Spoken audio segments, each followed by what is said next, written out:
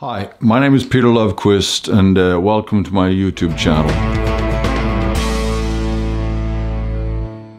I will just go to this stuff and there will be no fluff. Today we're going to be talking about the two extremes of the camera, the manual mode and the auto mode. There's a lot of modes, well, in between those, but just to get an idea of why you would even bother going into the manual mode. The only thing that the other modes are just a mix of the two.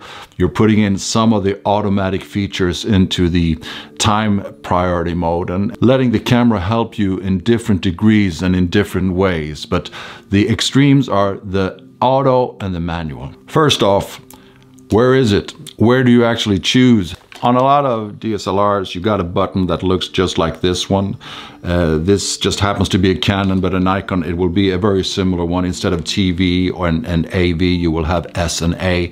But the M and the auto mode is pretty much the same. And on some mirrorless cameras, you won't even have a dial for it. You will just have to go into the menu, or there will be a button and you will get a list of options what you can choose from.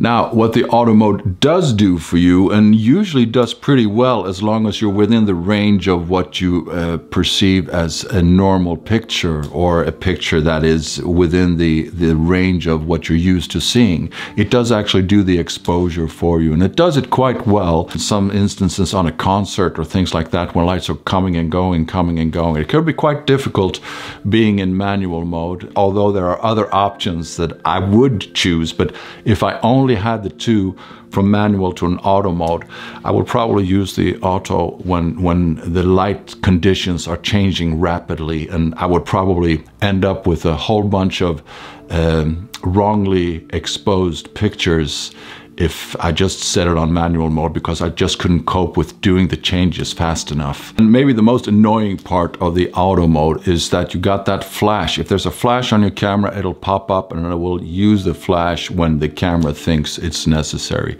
It might not, and probably is not, what you want for most cases, because that flash right there on top of the camera, it just makes things usually not look very good. But again, if you're just documenting something and you want to have more light on what you're documenting, then the flash is fine.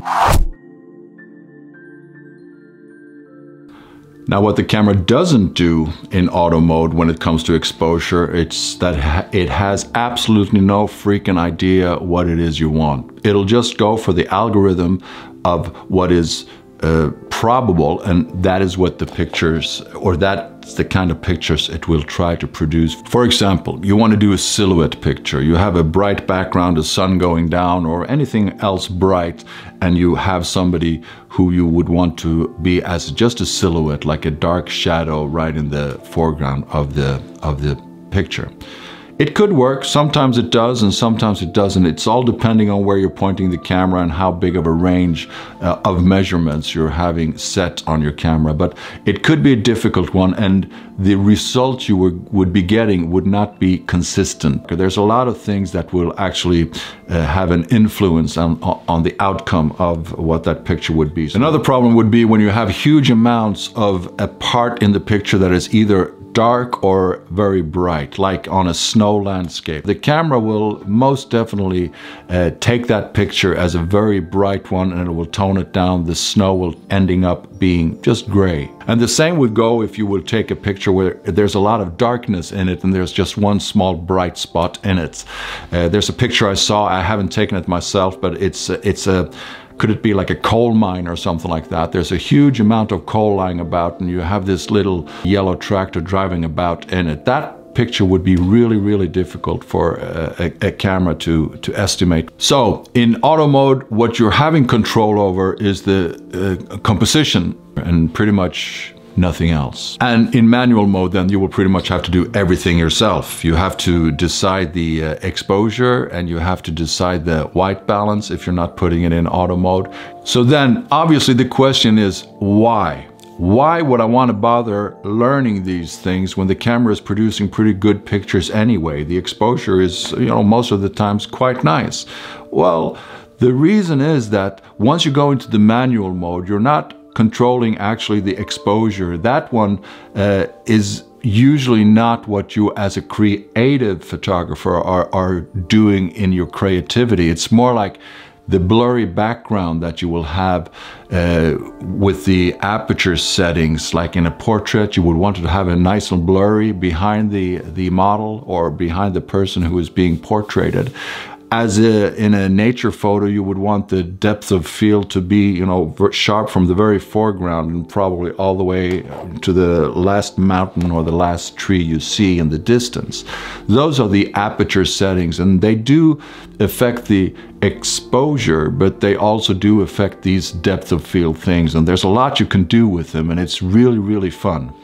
The shutter speed, well, if you want that kind of milky, watery fall, that's the shutter speed.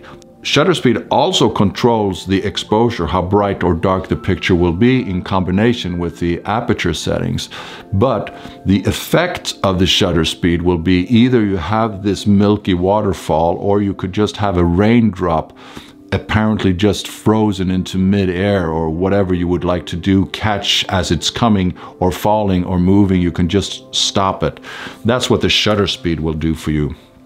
The ISO, that one really doesn't do anything for you in a creative manner. It just helps you make the sensor more or less sensitive for light. And when it comes to the quality of the picture, you would rather have it less sensitive with less grain, because when you increase the sensitivity, you will also get a more grainy, noisy picture, and it's usually not flattering having it like that. So ISO is not really for creativity. It's more or less just to help you when you're not having light enough to set the settings of the aperture and the shutter speed in the way that you want them. Then you could increase the sensitivity of the sensor. So that's pretty much what the difference is between the auto settings and the manual mode. Now, in the next episode, we will be going through the manual mode and what those settings actually do